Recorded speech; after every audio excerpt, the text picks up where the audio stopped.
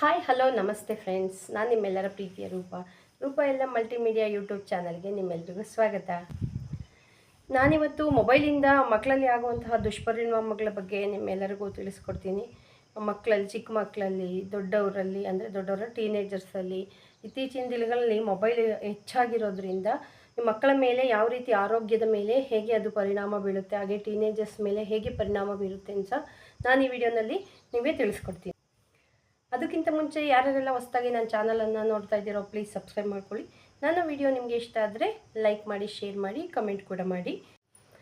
ನೋಡಿ ಫ್ರೆಂಡ್ಸ್, ಇತ್ತೀಚಿನ ದಿನಗಳಲ್ಲಿ ನಮಗೆ ಮೊಬೈಲ್ ಆ್ಯಕ್ಟಿವಿಟಿ ತುಂಬಾ ಮುಖ್ಯ. ಒಂದು ಮೆಸೇಜ್ ಕಳಿಸ್ಬೇಕು ಅಂದರೆ, ಒಂದು ಅರ್ಜೆಂಟ್ ಕಾಲ್ ಮಾಡಬೇಕು ಅಂದರೆ ಎವ್ರಿಥಿಂಗ್ಗೆ ಮೊಬೈಲಲ್ಲಿ ಇಂಥದ್ದು ಸಿಗಲ್ಲ ಅಂತ ಹೇಳೋಂಗೆ ಇಲ್ಲ. ಏನು ಬೇಕು ನಮಗೆ, ಯಾವ ವಿಚಾರ ಬೇಕು, ಏನು ಬೇಕು, ಯಾವುದೇ ವಿಚಾರ ಆಗಿದ್ದರೂ ನಾವು ಈಗ ಇಮ್ಮಿಡಿಯೇಟಾಗಿ ನಾವು ಮೊಬೈಲಿಂದಲೇ ತಿಳ್ಕೊಬಹುದು. ನೋಡಿ, 90ಸಲ್ಲಿ ಏನಾಗ್ತಿತ್ತು ಅಂದರೆ ಮೊಬೈಲ್ ಅನ್ನೋದೇ ಗೊತ್ತೇ ಇರಲಿಲ್ಲ. ಯಾಕಂದರೆ ಆ ಕಾಲದಲ್ಲಿ ಅಂದರೆ 1990 ಆ ಕಾಲದಲ್ಲಿ ಏನಾಗಿತ್ತು ಅಂದರೆ ಯಾವುದೋ ಒಂದು ಮನೆಯಲ್ಲಿ ಟೆಲಿಫೋನ್ ಇರ್ತಾಯಿತ್ತು. ಸೊ ಅದು ಸ್ವಲ್ಪ ಮಾಡಿಫೈ ಆಗಿ ಏನಾಯಿತು ಅಂದರೆ ಕಾಯಿನ್ ಫೋನ್ ಬಂತು, ಅಂದರೆ ಕಾಯಿನ್ ಬೂತ್ ಬಂತು. ಅದು ಸ್ವಲ್ಪ ಮಾಡಿಫೈ ಆಗಿ ಮನೆಗಳಲ್ಲೇ ಈಗ ಫೋನುಗಳನ್ನ ಅಂದರೆ ಟೆಲಿಫೋನ್ಗಳನ್ನ ಇಟ್ಕೊಳೋದಕ್ಕೆ ಸ್ಟಾರ್ಟ್ ಮಾಡಿದ್ರು. ಅಂದರೆ ಯಾವಾಗಲೂ ಅಂದರೆ ಯಾರ್ದೋ ಒಂದು ಸ್ವಲ್ಪ ರಿಚ್ ಆಗಿರೋರು ರಿಚ್ ಆಗಿರೋರ ಮನೆಯಲ್ಲಿ ಮಾತ್ರ ಇರ್ತಾಯಿತ್ತು. ಮಾಮೂಲಿ ಜನಗಳ ಹತ್ರ ಫೋನ್ ಇರ್ತಿರ್ಲಿಲ್ಲ. ಅವಾಗ ಏನು ಮಾಡಬೇಕಾಗಿತ್ತು, ಅವ್ರ ಮನೆ ಹತ್ರ ಹೋಗಿ ಯಾರಾದರೂ ಫೋನ್ ಮಾಡ್ತಾರೋ ಅಂತ ಕಾಯ್ತಾ ಇರಬೇಕಾಗಿತ್ತು. ಆದರೆ ಈಗ ಹಾಗಿಲ್ಲ ಫ್ರೆಂಡ್ಸ್. ಈಗ ಏನಾಗಿದೆ ಅಂತ ಅಂದರೆ ಪ್ರತಿಯೊಂದು ಮನೇಲಿ ಅಟ್ಲೀಸ್ಟ್ ಮನೇಲಿ ಒಂದಕ್ಕಿಂತ ಜಾಸ್ತಿನೇ ಮೊಬೈಲ್ಗಳು ಇದೆ. ಸೊ ಅಷ್ಟು ಸಂಪರ್ಕ, ಅದರ ಮೊಬೈಲ್ನ ಒಂದು ಸಂಪರ್ಕ ಅಷ್ಟು ದೊಡ್ಡದಾಗಿ ಬೆಳ್ಕೊಂಡಿದೆ ಇವಾಗ. ಮೊದಲು ಏನಾಯಿತು ಅಂತಂದರೆ ಕೀಪ್ಯಾಡ್ ಸೆಟ್ಟುಗಳು ಬರ್ತಾಯಿತ್ತು. ಅದರಲ್ಲಿ ಫೋನ್ ಮಾಡೋದು, ಫೋನ್ ರಿಸೀವ್ ಮಾಡೋದು, ಜಸ್ಟ್ ಮೆಸೇಜು, ಕೀಪ್ಯಾಡಲ್ಲೇ ಮೆಸೇಜ್ಗಳನ್ನ ಮಾಡೋದು, ಈ ಥರ ಇರ್ತಾಯಿತ್ತು. ಅಂದರೆ ಹಿಂದಿನ ಕಾಲದಲ್ಲಿ ಸ್ವಲ್ಪ ಪೇಪರ್ ಅಂದರೆ ಲೆಟರ್ ಬರೆದು ನಾವು ಸುದ್ದಿಯನ್ನು ತಲುಪಿಸ್ಬೇಕಾಗಿತ್ತು. ಆದರೆ ಸ್ವಲ್ಪ ಮಾಡಿಫೈ ಆಗಿ ಮೊಬೈಲ್ ಬಂದಾಗಿಂದ ನಮಗೇನಾಗಿದೆ ಅಂತ ಅಂದರೆ ಮೆಸೇಜಲ್ಲೇ, ಫೋನ್ ಕಾಲಲ್ಲೇ within a seconds, within a ಮಿನಿಟ್ಸಲ್ಲಿ ನಾವು ಇನ್ಫಾರ್ಮೇಷನ್ನ ಒಬ್ಬರಿಗೆ ಮುಟ್ಟಿಸ್ಬಹುದು, ಇನ್ಫಾರ್ಮೇಷನ್ನ ತೊಗೊಳ್ಬಹುದು. ಆ ಥರ ಆಗಿದೆ. ಆ ಕೀಪ್ಯಾಡ್ ಸ್ವಲ್ಪ ಮಾಡಿಫೈ ಆಗಿ ಏನಾಯಿತು, ಸ್ಮಾರ್ಟ್ಫೋನ್ ಆಯಿತು. ಸ್ಮಾರ್ಟ್ಫೋನು ಇನ್ನೂ ಸ್ವಲ್ಪ ಮಾಡಿಫೈ ಆಗಿ ಅದರಲ್ಲಿ ಹಲವಾರು ರೀತಿಯಾದಂಥ ಫೀಚರ್ಸ್ಗಳು ಬರೋದಕ್ಕೆ ಸ್ಟಾರ್ಟ್ ಆದವು. ತುಂಬ ಅಂದರೆ ಎಷ್ಟು ಕ್ವಿಕ್ಕಾಗಿದೆ ಅಂತಂದರೆ ಇವಾಗ ಮೊಬೈಲ್ ನೆಟ್ವರ್ಕು, ನೀವೇನಾದ್ರು ಇನ್ಫಾರ್ಮೇಷನ್ ಇವಾಗ ಅಮೇರಿಕಾದಲ್ಲಿ ಏನಾಗ್ತಿದೆ ಅಂದರೆ ನಾವು within a minute, within a ಸೆಕೆಂಡಲ್ಲಿ ಇಲ್ಲೇ ಸರ್ಚ್ ಮಾಡಿಕೊಂಡು ತಿಳ್ಕೊಬಹುದು. ಮುಂಚೆ ಹಾಗಿರಲಿಲ್ಲ. ಆದರೆ ಅಷ್ಟು ದೊಡ್ಡದಾಗಿ ಈ ಮೊಬೈಲ್ ನೆಟ್ವರ್ಕು ಬೆಳೆದಿದೆ. ಸೊ ಇದರಿಂದ ನಮಗೆ ತುಂಬಾ ಉಪಯೋಗ ಆಗ್ತಿದೆ ಫ್ರೆಂಡ್ಸ್. ಹಾಗೆ ಇನ್ನೊಂದು ವಿಚಾರ ನಮಗೆ ತಿಳ್ಕೋಬೇಕು ಅಂತಂದರೆ ಇದರ ಪರಿಣಾಮ ಅಂದರೆ ಮೊಬೈಲ್ನ ಪರಿಣಾಮ ಮಕ್ಕಳ ಮೇಲೆ ಎಷ್ಟು ಪರಿಣಾಮ ಬೀಳ್ತಿದೆ ಅಂತಂದರೆ ಅವರ ಆರೋಗ್ಯ ಅಷ್ಟು ಮೊಬೈಲಲ್ಲಿ ಸೇರ್ಕೊಂಡ್ಬಿಟ್ಟಿದೆ. ಅಂದರೆ ಅವರ ಆರೋಗ್ಯದ ಮೇಲೆ ಅಷ್ಟೊಂದು ಪರಿಣಾಮ ಆ ಮೊಬೈಲ್ ಬೀರ್ತಾ ಇದೆ. ಹೇಗೆ ಅಂತ ನನಗೆ ಹೇಳ್ತೀನಿ.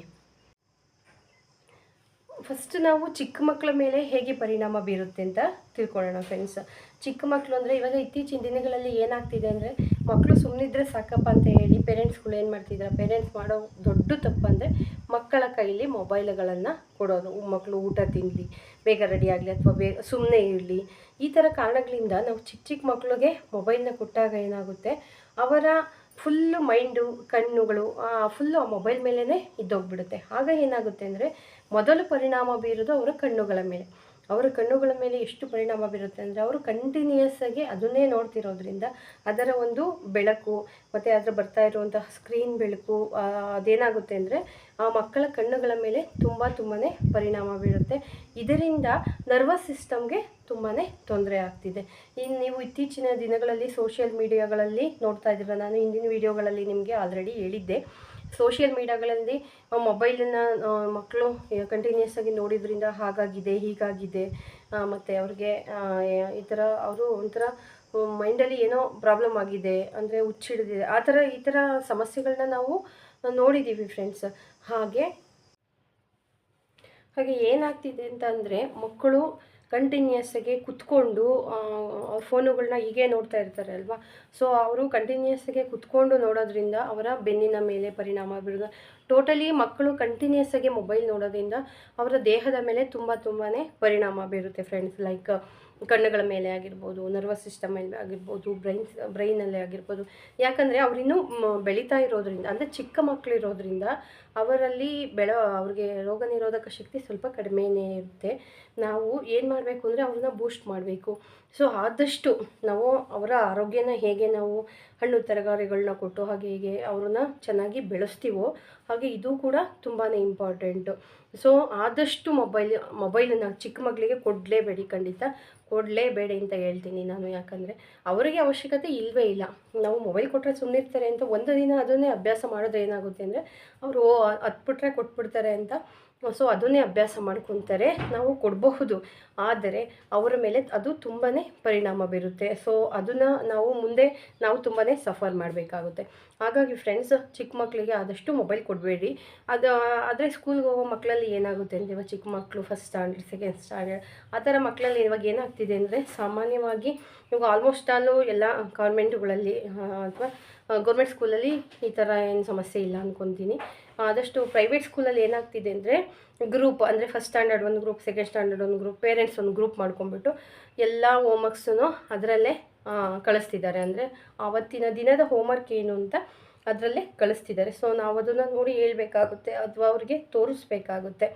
ಸೊ ಮೊಬೈಲ್ಗಳಲ್ಲೇ ಕ್ಲಾಸುಗಳು, ಅಂದರೆ ಆನ್ಲೈನ್ ಕ್ಲಾಸಸ್ಸು ಈ ಥರದ್ದೆಲ್ಲ ನಡೀತಾ ಇದೆ. ಸೊ ಅಂಥ ಸಂದರ್ಭಗಳಲ್ಲಿ ಮಕ್ಕಳಿಗೆ ಕೊಡಬೇಕಾಗುತ್ತೆ. ಅವಶ್ಯಕತೆ ಇದ್ದಾಗ ಮಾತ್ರನೇ ಕೊಡಿ.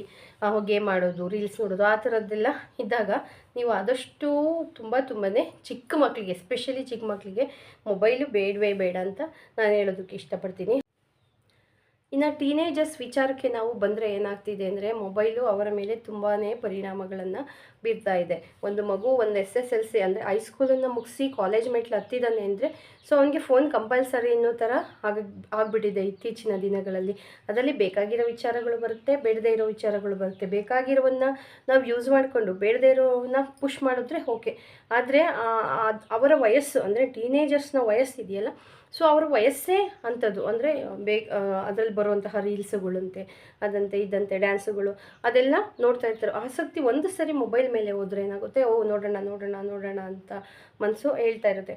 ಹಾಗೆ ಏನಾಗ್ತಿದೆ ಅಂದರೆ, ಇತ್ತೀಚಿನ ದಿನಗಳಲ್ಲಿ ಚಾಟ್ಸ್ ಅಂದರೆ ಚಾಟ್ ಮಾಡೋದು, ಅಂದರೆ ಫ್ರೆಂಡ್ಸ್ ಜೊತೆ ಚಾಟ್ ಮಾಡೋದು, ಅದು ಲೇಡೀಸ್ ಆಗಿರಲಿ, ಹುಡುಗಿರಾಗಲಿ, ಫ್ರೆಂಡ್ಸ್ ಆಗಿರಲಿ, ಅದೇನಾಗ್ತಿದೆ ಅಂದರೆ ಒಂದು ಸರಿ ಚಾಟ್ ಮಾಡೋಕ್ಕೆ ಅವರು ನಿಂತ್ಕೊಂಡಿದ್ದಾರೆ ಅಂತಂದರೆ, ಫ್ರೆಂಡ್ಸ್ ಅಂದರೆ ಟೀನೇಜರ್ಸ್ ಅಂದರೆ ಒಂದು PUC ಒಂದು ಡಿಗ್ರಿ ಲೆವೆಲ್ ಸ್ಟೂಡೆಂಟ್ಸ್ ಅಂತಲೇ ಅಂದ್ಕೊಳ್ಳಿ ಮಕ್ಕಳು, ಅವರು ಚಾಟ್ ಮಾಡೋಕ್ಕೆ ನಿಂತ್ಕೊಂಡಿದ್ದಾರೆ ಅಂದರೆ ಅವರು ಮೈಂಡು ಆಲ್ಮೋಸ್ಟ್ ಅಲ್ಲೇ ಇರುತ್ತೆ. ಯಾವ್ದಾದ್ರು ಒಂದು ನೋಟಿಫಿಕೇಷನ್ ಬಂತು ಅಂದರೆ ಮೆಸೇಜ್ ಬಂತೇನೋ ಆ ಥರ ಒಂದು ಅವರು ಮೈಂಡು ಫಿಕ್ಸ್ ಆಗಿಬಿಟ್ಟಿರ್ತಾರೆ. ಸೊ ಹಾಗಾಗಿ ನೀವು ಆ ಥರ ಮಕ್ಕಳಲ್ಲಿ ಅವಶ್ಯಕತೆ ಇದೆ.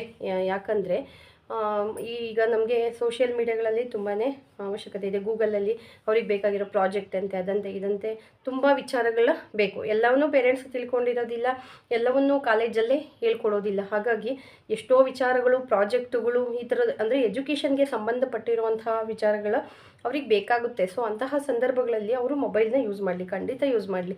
ಯಾಕಂದರೆ ಅವರು ತಿಳ್ಕೋಬೇಕು, ಅದರ ಬಗ್ಗೆ ತಿಳ್ಕೋಬೇಕು ಅಂದರೆ ಕಾಲೇಜುಗಳಲ್ಲಿ ಏನೋ ಸಬ್ಮಿಟ್ ಮಾಡಬೇಕಾಗಿರುತ್ತೆ, ಅದನ್ನು ಬರಿಬೇಕಾಗಿರುತ್ತೆ. ಸೊ ಯಾವುದೋ ಇವಾಗ ಹೇಗೆ ಫಾರ್ ಎಕ್ಸಾಂಪಲ್ ಒಂದು ಸ್ವಾಮಿ ವಿವೇಕಾನಂದರ ಬಗ್ಗೆ ಇನ್ಫಾರ್ಮೇಷನ್ ತೊಗೊಂಬನ್ನಿ, ಏನೋ ಒಂದು ಪಿಕ್ಚರ್ನ ಪೇಸ್ಟ್ ಮಾಡಿಕೊಂಡು ಸ್ವಲ್ಪ ಅವ್ರ ಬಗ್ಗೆ ಇನ್ಫಾರ್ಮೇಷನ್ನ ಬರ್ಕೊಂಡು ಬನ್ನಿ ಇಂಥ ಕಾಲೇಜುಗಳಲ್ಲಿ ಏನೋ ಒಂದು ಪ್ರಾಜೆಕ್ಟ್ ಕೊಟ್ಟಿರ್ತಾರೆ ಅಂತಲೇ ತಿಳ್ಕೊಳ್ಳಿ. ಈಗ ಹೈಸ್ಕೂಲ್ಗಳಲ್ಲೆಲ್ಲ ಕೊಡ್ತಾ ಇರ್ತಾರೆ. ಸೊ ಅಂತಹ ಸಂದರ್ಭಗಳಲ್ಲಿ ಎಲ್ಲವನ್ನೂ ಅವರು ತಿಳ್ಕೊಂಡಿರಲಿಲ್ಲ, ಇನ್ನೂ ಹೆಚ್ಚಿನ ವಿಚಾರ ಬೇಕಾಗಿರುತ್ತೆ. ಆವಾಗ ಆ ಮಕ್ಕಳು ಏನು ಮಾಡ್ಬೋದು, ಅವಾಗ ನೋಡಿ ವಿಚಾರಗಳನ್ನು ತಿಳ್ಕೊಂಡು ಬರ್ಕೊಂಡು ಆ ಪ್ರಾಜೆಕ್ಟ್ನ ಅವರು ಸಬ್ಮಿಟ್ ಮಾಡೋದ್ರಿಂದ ಯಾವುದೇ ತೊಂದರೆ ಇಲ್ಲ. ಸೊ ಈಗ ಇತ್ತೀಚಿನ ದಿನಗಳೇ ರೀಲ್ಸ್ ನಾವು ಇನ್ಸ್ಟಾಗ್ರಾಮ್ ನೋಡ್ತಾ ಇದ್ದೀವಿ ಅಲ್ವಾ, ರೀಲ್ಸ್ಗಳು ಎಂತೆಂಥ ರೀಲ್ಸ್ ಎಲ್ಲ ಬರುತ್ತೆ, ಡ್ಯಾನ್ಸುಗಳಂತೆ, ಸಾಂಗು, ಲಿಪ್ ಮೂಮೆಂಟ್ ಮಾಡೋದು, ಈ ಥರದ್ದೆಲ್ಲ ಲಿಪ್ ಸಿಂಕ್ ಆ ಥರದ್ದೆಲ್ಲ ಬರ್ತಿದೆ. ಸೊ ಅದನ್ನು ಕೂಡ ಇತ್ತೀಚಿನ ದಿನಗಳಲ್ಲಿ ಟೀನೇಜರ್ಸ್ ತುಂಬಾ ನೋಡ್ತಿದ್ದಾರೆ. ಮತ್ತು ಅದು ಇದು ಸೋಷಿಯಲ್ ಮೀಡಿಯಾ ತುಂಬಾ ಮುಂದುವರೆದಿದೆ. ಅಂಥ ಸೋಷಿಯಲ್ ಮೀಡಿಯಾಗಳಲ್ಲಿ ಅವ್ರೇನು ಮಾಡ್ತಿದ್ದಾರೆ ಅಂದರೆ, ಬೇಕಾಗಿರೋ ವಿಚಾರನೂ ಕೆಲವರು ಯೂಸ್ ಮಾಡ್ಕೊತಾರೆ, ಬೇಡದೇ ಇರೋ ವಿಚಾರನೂ ಕೆಲವರು ಯೂಸ್ ಮಾಡ್ಕೊತಾರೆ. ಸೊ ಪೇರೆಂಟ್ಸು ಫಸ್ಟ್ ಏನು ಮಾಡಬೇಕು ಅಂದರೆ, ಅವರು ಮನೆಯಲ್ಲಿ ಮೊಬೈಲನ್ನು ಹಿಡ್ಕೊಂಡಾಗ ಏನು ಮಾಡ್ತಿದ್ದಾರೆ ಅಂತ ಸ್ವಲ್ಪ ಅಬ್ಸರ್ವ್ ಮಾಡಿ. ಬೇಡ ಮೊಬೈಲ್ ಮುಟ್ಟಬೇಡ ಅಂತ ನೀವು ಆರ್ಡ್ರ್ ಮಾಡಬಾರ್ದು. ಯಾಕಂದರೆ ಅವರು ಸ್ವಲ್ಪ ಮೆಚುರಿಟಿ ಇರುವಂತಹ ಮಕ್ಕಳಾಗಿರ್ತಾರೆ. ಸೊ ಅವರು ಸ್ವಲ್ಪ ಮೆಚುರಿಟಿಗೆ ಬಂದಿದ್ದಾರೆ ಅಂದರೆ, ಒಂದು ಹೈಸ್ಕೂಲ್ ಲೆವೆಲಿಗೆ ಬಂದಿದ್ದಾರೆ ಅಂದರೆ ನಾವು ಮಕ್ಕಳನ್ನ ಆದಷ್ಟು ಫ್ರೆಂಡ್ಸ್ ಥರ ನೋಡಬೇಕು. ಯಾಕಂದರೆ ಅವ್ರಿಗೆ ಆರ್ಡ್ರ್ ಮಾಡೋಕ್ಕಾಗಲ್ಲ, ಬೈಯೋಕ್ಕಾಗಲ್ಲ. ಇತ್ತೀಚಿನ ದಿನಗಳಲ್ಲಿ ನೀವು ನೋಡಿರ್ತೀರ, ಒಂದು ಮಕ್ಳನ್ನ ಬೈಯೋದು ಕಷ್ಟ, ಹೊಡೆಯೋದು ಕಷ್ಟ. ಪೇರೆಂಟ್ಸೇ, ಬೇರೆ ಯಾರೂ ಅಲ್ಲ, ಪೇರೆಂಟ್ಸೇ ಮಕ್ಳನ್ನ ಹೊಡೆಯೋದು ಕಷ್ಟ, ತಪ್ಪು ಮಾಡಿದೀಯ ಅಂತ ಶಿಕ್ಷೆ ಕೊಡೋದೇ ಕಷ್ಟ ಆಗಿಬಿಟ್ಟಿದೆ. ಯಾಕಂದರೆ ನಾವು ನೋಡಿರೋ ಹಾಗೆ ಮಕ್ಕಳು ಹಾಗಾದರು ಹೀಗಾದರು, ಹಂಗೆ ಮಾಡಿಕೊಂಡ್ರು ಹಿಂಗೆ ಮಾಡಿಕೊಂಡ್ರು ಅಂತೆಲ್ಲ ನಾವು ನೋಡ್ತಾ ಇರ್ತೀವಿ. ಸೊ ಅದು ನೋಡ್ತಾ ಇದ್ದರೆ ಸ್ವಲ್ಪ ಪೇರೆಂಟ್ಸ್ಗೆ ಭಯ ಆಗುತ್ತೆ. ಅದು ಕೇಳ್ದೇ ಬಿಡಬಾರ್ದು. ಹಾಗಂತ ನಾವು ಕೇಳೋದಪ್ಪ ಬೇಡಪ್ಪ ಅಂತ ಹೇಳಿ ಕೇಳ್ದೇ ಬಿಡಬಾರ್ದು. ಅವರು ಮೊಬೈಲನ್ನು ಹಿಡ್ಕೊಂಡಾಗ ನಿಮ್ಮ ಗಮನ ಸ್ವಲ್ಪ ಅವರ ಮೇಲೆ ಇದ್ದರೆ, ಸೊ ಆ ಥರ ಅಂದರೆ ಬೇರೆ ಬೇರೆ ನೀವು ನೋಡಿರುವಂತಹ ಸಿಚುಯೇಷನ್ಗಳಿರುತ್ತಲ್ಲ ಮೊಬೈಲ್ಗಳಲ್ಲಿ, ಅಂದರೆ ಸೋಷಿಯಲ್ ಮೀಡಿಯಾಗಳಲ್ಲಿ ನೋಡಿರ್ತೀರಲ್ಲ ಇತ್ತೀಚಿನ ದಿನಗಳಲ್ಲಿ ಏನೇನೆಲ್ಲ ಆಗ್ತಿದೆ, ಅದು ಆದಷ್ಟು ಕಡಿಮೆ ಆಗುತ್ತೆ ಅಂತ ಹೇಳೋದಕ್ಕೆ ಇಷ್ಟಪಡ್ತೀನಿ. ಸೊ ಫ್ರೆಂಡ್ಸ್, ಮೊಬೈಲಿಂದ ನಮಗೆ ಅನುಕೂಲವೂ ಇದೆ, ಅನಾನುಕೂಲವೂ ಇದೆ. ಮಕ್ಕಳಲ್ಲಿ ಹೇಗೆಲ್ಲ ಪರಿಣಾಮ ಬೀರ್ತಿದೆ ಅಂತ ನಾನು ನಿಮಗೆ ಈ ವಿಡಿಯೋದಲ್ಲಿ ತಿಳಿಸ್ಕೊಡ್ತಾ ಇದ್ದೀನಿ. ಸೊ ನಿಮಗೆ ಈ ವಿಡಿಯೋ ಇಷ್ಟ ಆದರೆ ದಯವಿಟ್ಟು ಒಂದು ಲೈಕ್ ಮಾಡೋದನ್ನು ಮರಿಬೇಡಿ ಫ್ರೆಂಡ್ಸ್. ಹಾಗೆ ಈ ವಿಚಾರನ ಬೇರೆಯವ್ರಿಗೂ ಶೇರ್ ಮಾಡಿ, ಅದರಿಂದ ಬೇರೆಯವ್ರಿಗೂ ಕೂಡ ಉಪಯೋಗ ಆಗಬಹುದು ಫ್ರೆಂಡ್ಸ್. ಓಕೆ ಫ್ರೆಂಡ್ಸ್, ಈ ವಿಡಿಯೋ ನಿಮಗೆ ಇಷ್ಟ ಆಗಿದೆ ಅಂತ ತಿಳ್ಕೊಂಡಿದ್ದೀನಿ. ಇಷ್ಟ ಆಗಿದ್ದರೆ ಒಂದು ಲೈಕ್ ಮಾಡೋದ್ರ ಮುಖಾಂತರ ನನಗೆ ಸಪೋರ್ಟ್ ಮಾಡಿ.